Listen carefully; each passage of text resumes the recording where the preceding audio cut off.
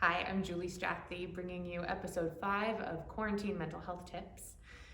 I have been experiencing some addictive tendencies in noticing that in myself recently. I've been pretty stir crazy, stuck at home, and lots of free time. And so I've been engaging in behaviors where my tendency to control things is really just going wild. So for example, I've been working on different projects and I'll just kind of lose track of the time of day, whether or not I've eaten, because I don't have the structure in my life that I need that would normally kind of reel me back in. So I've been noticing that I just am like going really hard and going down kind of a negative path in my mind, a negative headspace where I just get like really zeroed in and stuck on these things, right? And I wanted to talk about some of these behaviors that you might also be experiencing given the current circumstances. So I did some reflecting on what was going on with me because I was feeling kind of icky and gross and just, stuck in these kind of addictive patterns. And I sat with it in meditation and I noticed that what was coming up for me was a real feeling of powerlessness. When I really sat down and thought about like, what might I be avoiding by distracting myself with these activities? What might I be running from that I don't want to feel? And when I really just like sunk down into it, I noticed, yep, I feel really powerless. And that is an uncomfortable feeling for sure. I am seeking to feel powerful. I want to have control. And therefore I am going into these like hyper-vigilant modes where I'm controlling every aspect of, video editing or music production or something where my perfectionistic tendencies come out. And so I wanted to talk about that feeling of powerlessness today and something that you can do if you happen to be feeling the same way.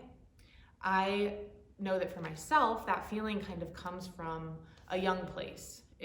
I identify it as my inner child feeling that way. And so I have a lot of different tools, and I'm going to share one with you today about working with the inner child and helping to bring some comfort and soothing to those feelings of powerlessness.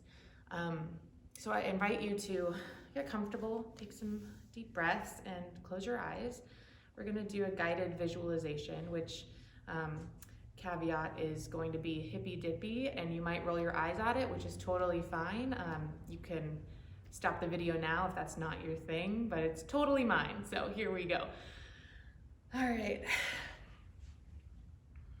Get comfortable. There's no right way to sit or breathe when you're meditating. Just whatever feels natural to you is just fine. I'd like you to envision that standing before you is a younger version of yourself, maybe 3 or 4. And this little one is looking up at you. And just notice how that little one is feeling today. What facial expression is represented? What posture? What emotions are they feeling today? Are they scared? Are they reaching out to you for comfort? Do they have any props with them? Today, my little one has a play sword and a shield because she's feeling very vulnerable.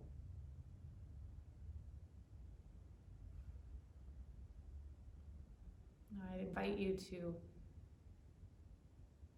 offer comfort to this little one. Engage with it the way you would a little child. Offer to hold it, or maybe it would rather have an ice cream cone or a stuffed animal or a cozy blanket. My little one likes to be surrounded by sparkly, bright, glittery lights. I'm envisioning that a warm mist of pink and golden sparkles are just floating all around like a snow globe. settling down around her, bringing her comfort and warmth. And I invite you to ask the little one if there's anything that they want from you, some kind of a gift, a token that they can hold on to until their next visit. Last time I did this, my little one asked for a stuffed bunny.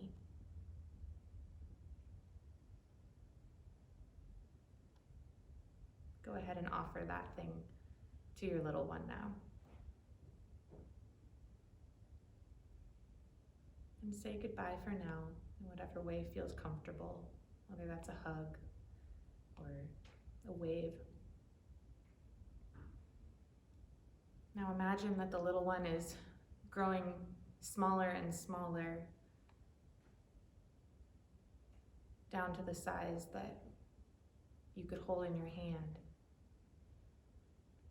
And we're gonna invite her to come and hang out in your heart space. Go ahead and put her in there now. And your little one will be safe there until next time. Wiggle your fingers and your toes and come back to the room. Thanks for being willing to participate with me. A real story from my experience, I actually went out and bought that little stuffed bunny in real life. And I got it and put it next to a picture of a younger me. I'll post in the comments a picture of the actual bunny. I encourage you to go out and do that if that feels right. I find that physical tokens of appreciation for ourselves kind of go a long way and are a fun way to bring imagination and playfulness into your self-care practice. Thanks for listening today.